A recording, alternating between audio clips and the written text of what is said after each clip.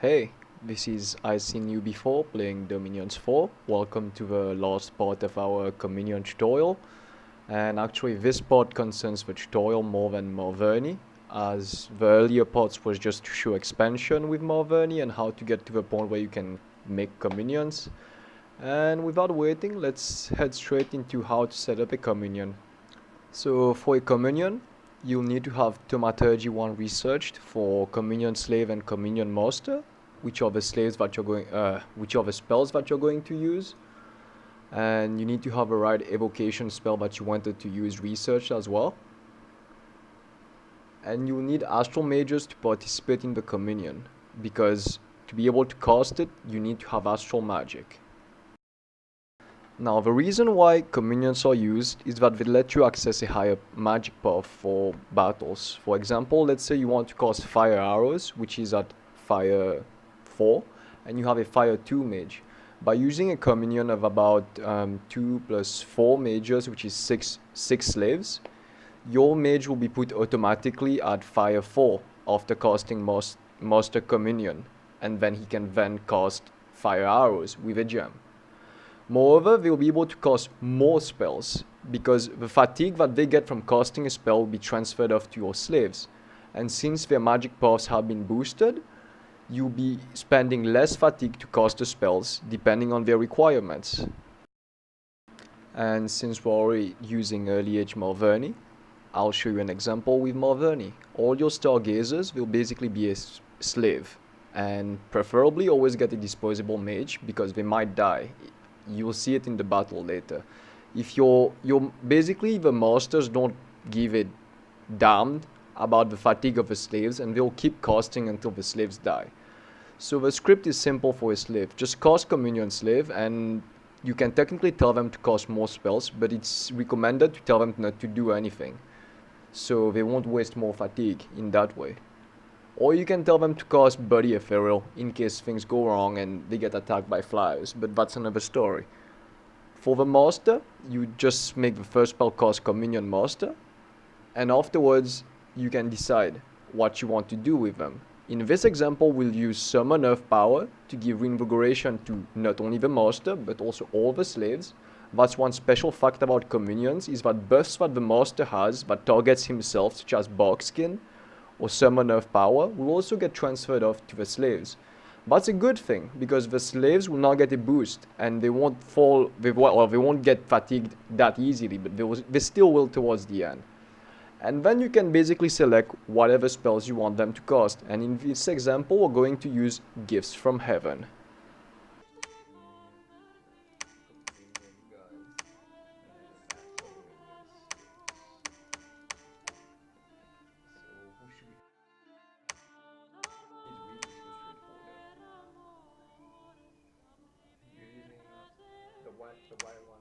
So right here I'll start making battle orders for the mages in case I get attacked while I move up to this province.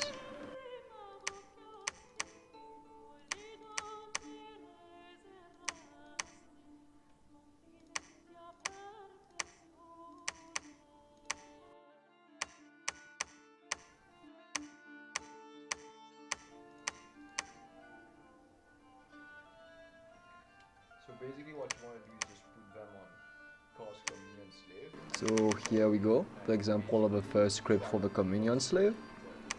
And don't forget, once you make an order, you can save it and then copy paste everything to the other slaves. That makes you play a bit faster.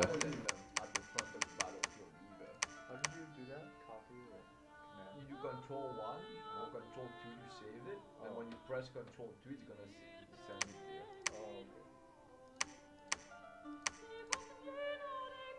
Don't forget to move your Communion Slaves away from the mass of your army. You don't want any stray arrows or some flankers to get to them, so I usually put them in a corner or put them in a line, so that even if they do get attacked, not all of them will die from being in the same square.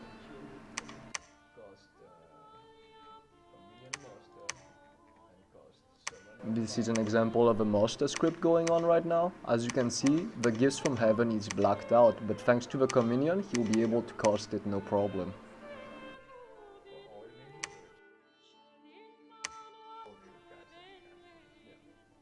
So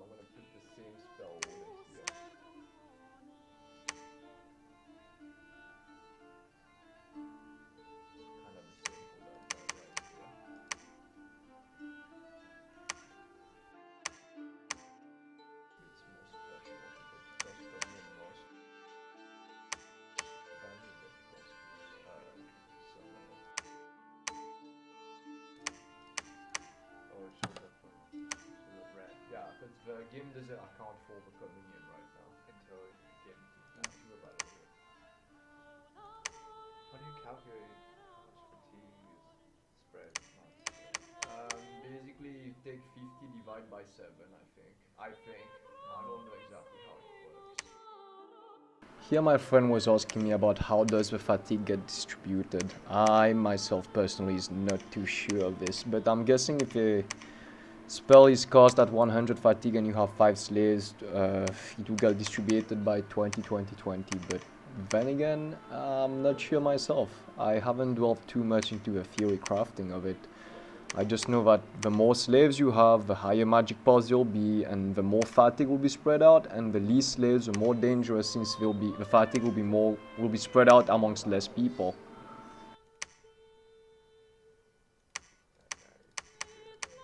And I shall cut these leftover parts because it's just me mobilizing armies. I'll cut it straight to the battle.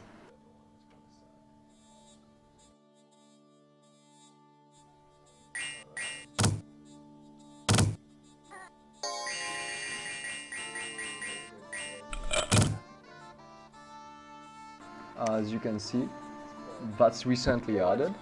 That's pretty handy. You can see how much magic boost he's getting and how many slaves are participating in the communion.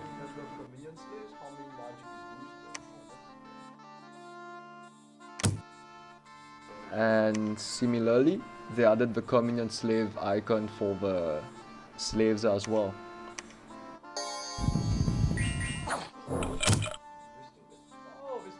Here is the reinvigoration that got passed off to the slaves.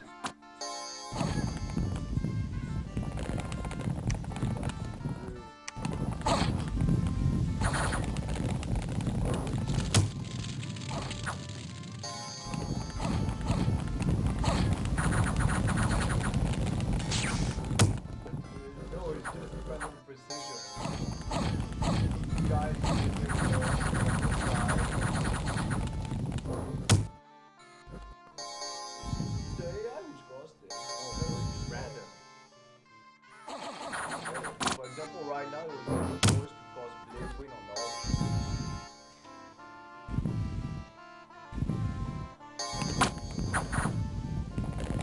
And here you can see that the slave went over 200 fatigue and is bleeding internally.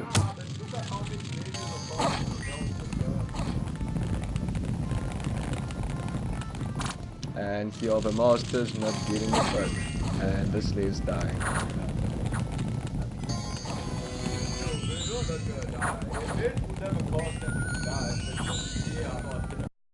And that's it for our communion tutorial.